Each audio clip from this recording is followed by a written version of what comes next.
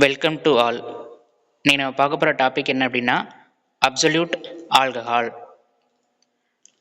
Absolute alcohol அப்படிங்கிறது purest form of ethyl alcohol.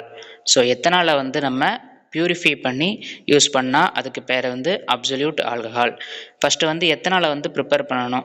So அதுக்காக glucose எடுத்துக்கிறோம், அதை கூட ஈஸ்ட் சேர்க்குறோம். ஸோ நமக்கு நொதித்தல் வினை நடந்து நமக்கு எத்தில் ஆல்கஹால் ப்ரொடியூஸ் ஆகுது. இப்படி ப்ரொடியூஸ் ஆகிற எத்தனாலில் 20% தான் நமக்கு எத்தனால் இருக்குது, மீதி பூரா வாட்டர் இருக்குது. ஸோ இந்த வாட்டரை ரிமூவ் பண்ணுறதுக்காக ஸ்டெப் 2ல் டிஸ்டிலேஷன் பண்ணுறோம். ஸோ அதுக்கு என்ன செய்கிறோம் அப்படின்னா நல்லா ஹீட் பண்ணுறோம்.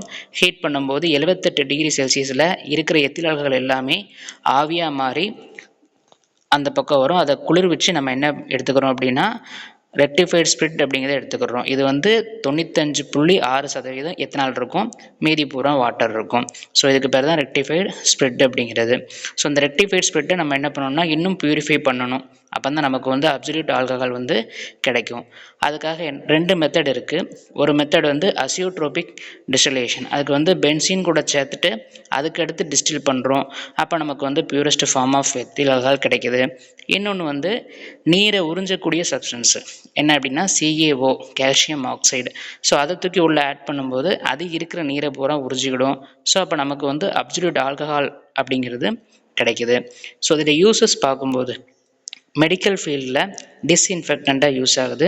அடுத்ததாக கெமிக்கல் இண்டஸ்ட்ரியில் சால்வெண்ட்டாக யூஸ் ஆகுது.